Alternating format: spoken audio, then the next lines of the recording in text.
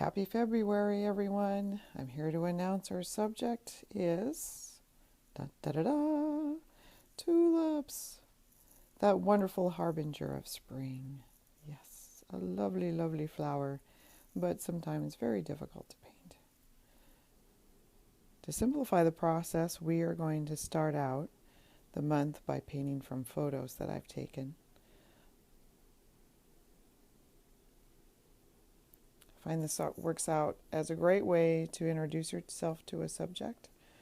A photo tends to simplify and take that first step of transferring something from three-dimensional into two-dimensional.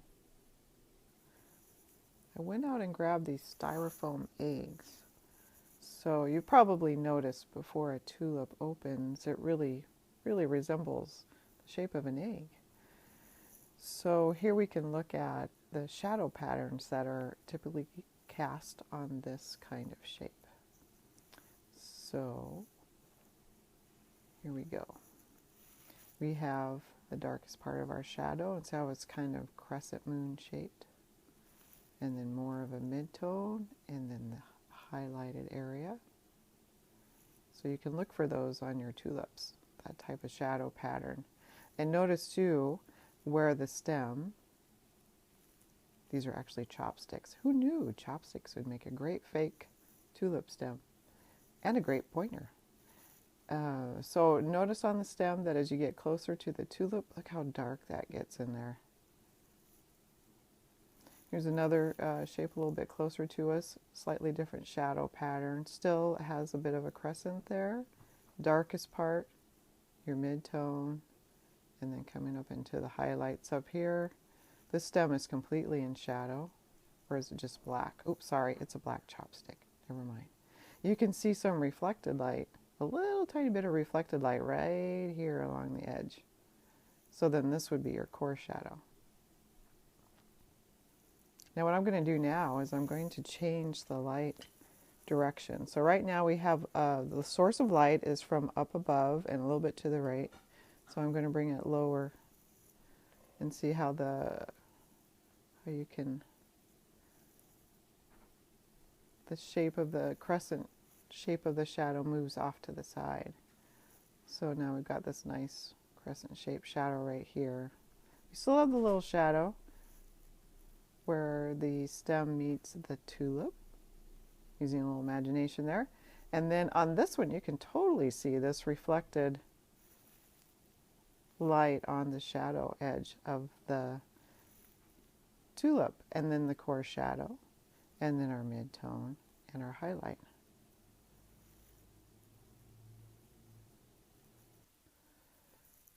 I'd like to show you another simplified shape that is similar to a tulip. Here we have a teacup, and how the shadow patterns are similar on both. Here on the teacup, we have a little bit of reflected light right here, and then our core shadow, and we have our mid-tone gradually moving into our highlights over here. On the inside of the teacup, there is that very dark shadow, and it progresses slowly but surely to be much lighter over on this end, but not as light as over here. On our tulip then, we have a similar thing going on, much more complicated shape, but still the basics are there. We have the shadow side over here,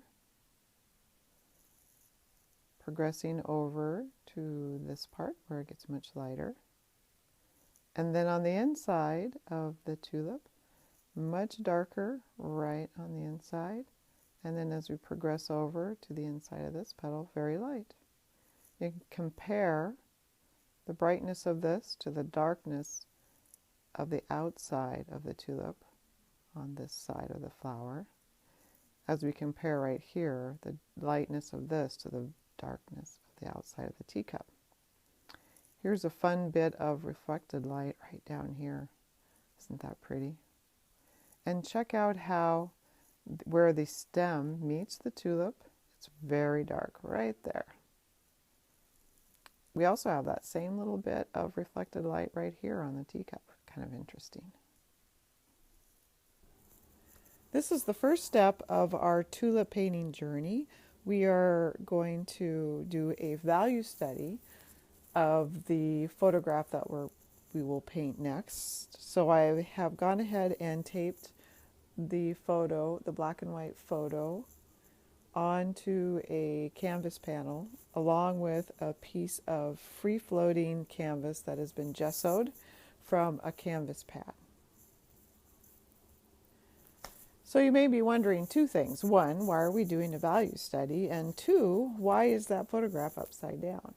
Well, first of all, we're doing the value study because they are so important, and a person can spend years learning to see values correctly, and seeing the subtle values and rendering those subtle values can make a painting sing. So this is our practice, and values are just super important. They're the foundation of your painting, like the foundation of the house.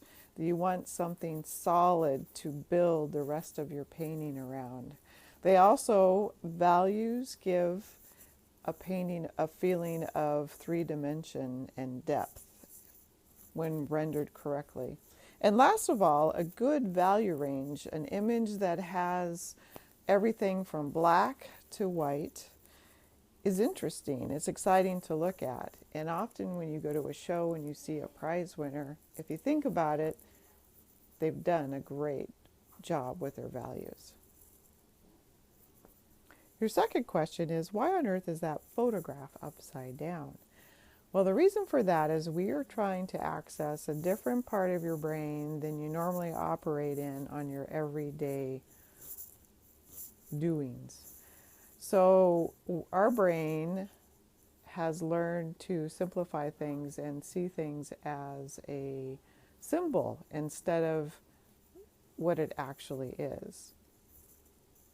So the symbol part of our brain, symbol making part of our brain, in that part of our brain, that is what a tulip looks like, which doesn't work well for trying to paint realistically. We are trying to access the part of your brain that sees things more like this, as shapes of color and value. One trick we can use to access that part of our brain that sees things more as shapes and values is to turn it upside down. As a first step to making our value study, I went ahead and squeezed out some black, some white, and then I mixed 3 values in between those extremes. And we can check these values using a grayscale. This is a grayscale that I like to use. And how we check whether we've got the values that we're after is to hold it up and squint and look and see if it disappears. Sorry, I got some glare there. And sometimes it's kind of hard to tell. So what I usually do is I'll go back and forth. I'll hop back and forth. So that, obviously, it's not that value. What value is that? In my reading glasses. Value 8. Okay, it's not value 8. A little too dark for that. This one, I'm not really sure. It could be a little bit darker than that. So I'm going to go ahead and check this one. Now see this value, if I squint, it appears, ooh, I don't know, it could be that value. Okay, that's too dark. What do you guys think? I think pretty much it's that value right there, because when I squint, it disappears. So you can choose a value on here to start with, and then once you've mixed it, use this value scale to check and see if you've gotten to where you want to go. So let's try, we're going to look at this value here. So let's see where this value works. So I'm squinting and moving back and forth. Okay, so here, now see right here, obviously way lighter than that. Okay, now I'm going to squint. Still seems a little bit lighter than that. Ooh, I'm thinking that's a good match. And then just to double check, I'm going to pull it over. Well, that's kind of a match as well. So maybe, and then just to double check some more, see, there we go. See, that is obviously too dark. You squint and you can see that paint is darker than the color on the value scale, or the value anyway. And yeah, I think it's about in here, huh?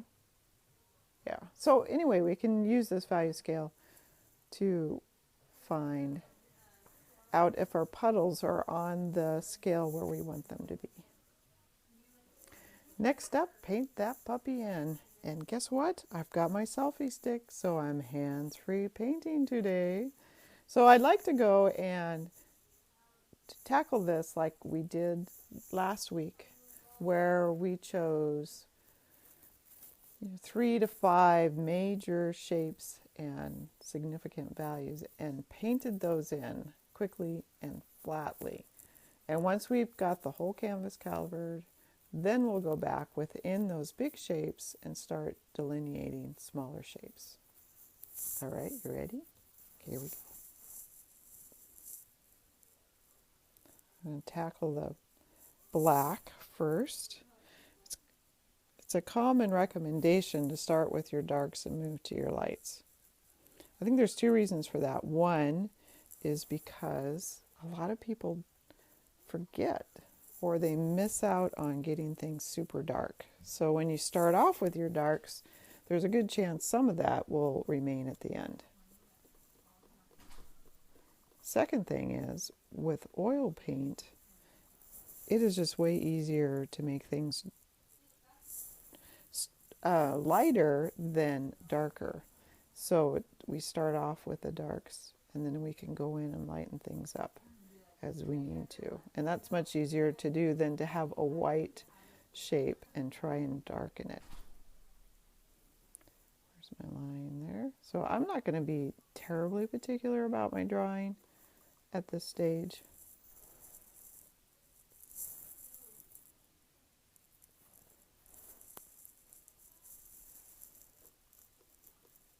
I'm just going to block this puppy in because really, don't we really want to get to the color part? Yeah.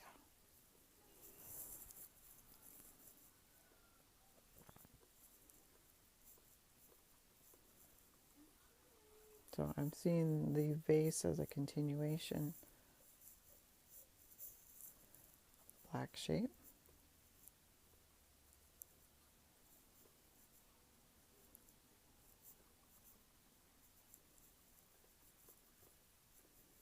Right down into those tubes.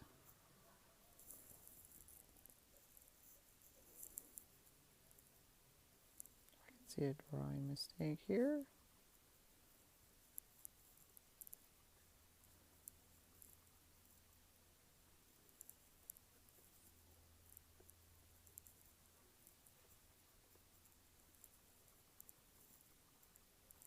I'm going to go ahead, I think, and decisions. Do we want to make that? I know this guy's going to be dark. Do we want to make that? Oh, maybe we'll go ahead and make this the second darkest value. Okay, so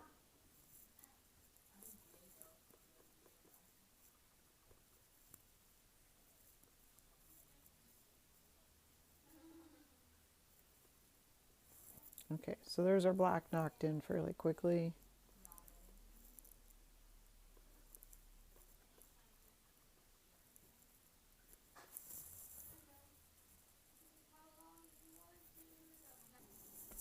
Here is the blocked in value study. Now, for the purposes of class, you have 2 routes you can take. You can either continue to refine your value study, or you can stop here and move on to the color version. I did want to point out, because I am trying to keep, at this stage, I wanted to keep my shapes big and my values to those 5 puddles I had over there. So this is kind of the interesting thing. This, I started out painting this in with my darkest gray. But then I noticed that I needed to do this as well as my darkest gray. So I had to think about it. So I squinted and I noticed that this is not all that much darker than the background is right here. So I went ahead and painted all of this the same shade of gray. So you can see you can't really see it there. Tough decisions we have to make. I've gone back in and started putting the small shapes within the large shapes. So you can see some of what I've done. Now I'm going to continue that process with this section right here. See that shape right there? So I'm going to knock that in. And this petal shape here.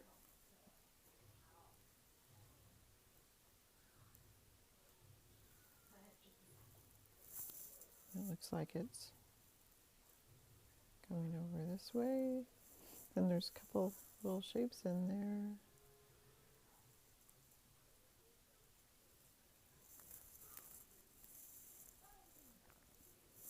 And then I'm seeing some more shapes up in here.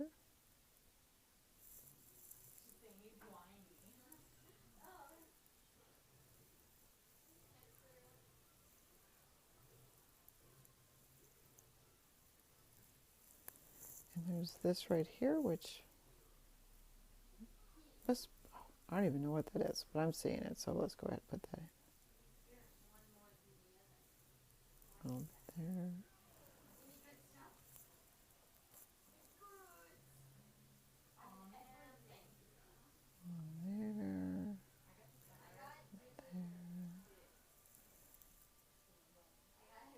Leaf coming out.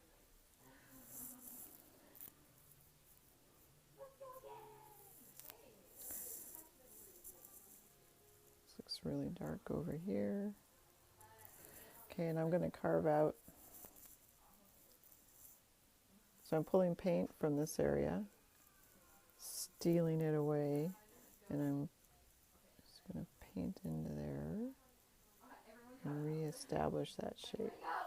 I'm not going to do too much of this though, because really it is only a value study and not a finished piece. And you can come back and add. I like this adding and subtracting process that you can do here until you get what you want.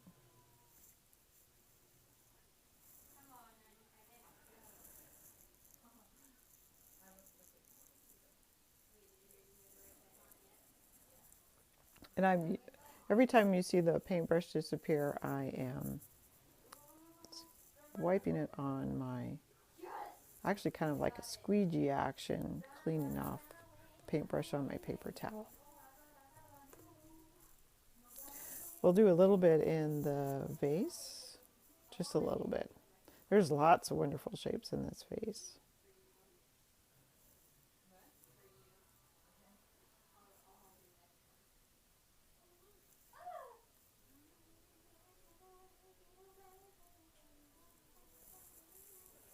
And then maybe a highlight here. Highlights are the icing on the cake as far as glass goes.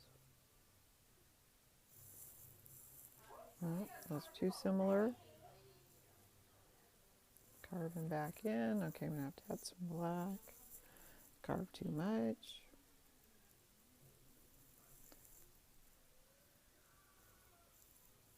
Really shape.